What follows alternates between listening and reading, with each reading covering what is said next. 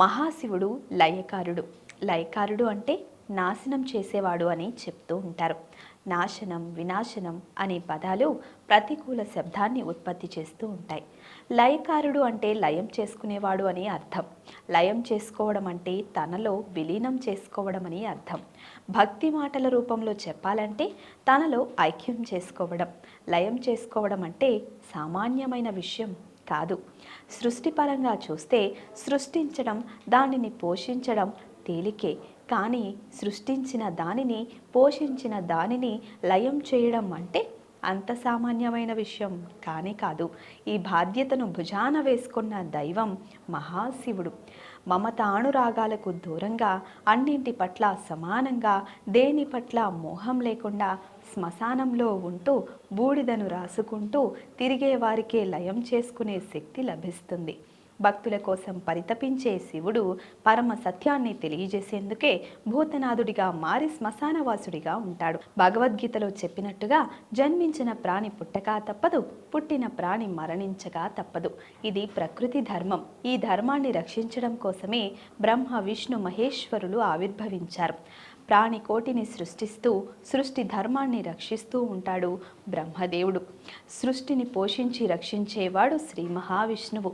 శ్రీ మహావిష్ణువు అవతారాలు కూడా దీనిని అనుసరించే ఉంటాయి. శివుడు ఈ చైతన్యవంతమైన సృష్టి లయం చేసుకునే బాధ్యతను భుజానికి ఎత్తుకున్నాడు.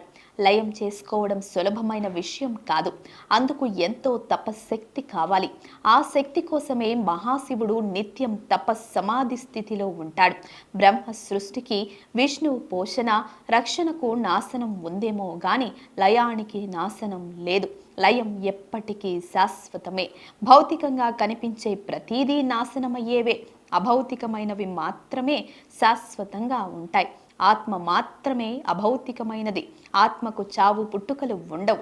అభౌతికమైన ఆత్మ దేహాన్ని ధరిస్తే అది జీవాత్మగా మారుతుంది.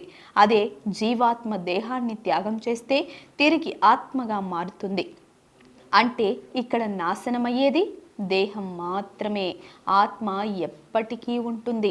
అభౌతికమైన ఈ ఆత్మ మాత్రమే మహాశివునిలో లయమవుతుంది. అందుకే ఆయన్ను లయకారుడు అంటారు.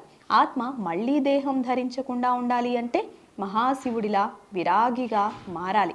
విరాగి అంటే దేహం పట్ల, జీవితం పట్ల ఎటువంటి వ్యామోహం లేనివాడు.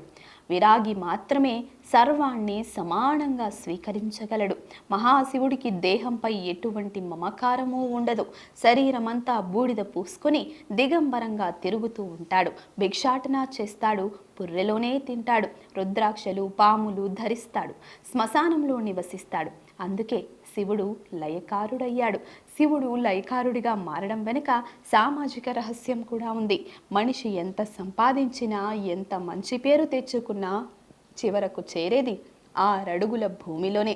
ఎవరైనా కాళిన తరువాత మిగిలేది బూడిదే.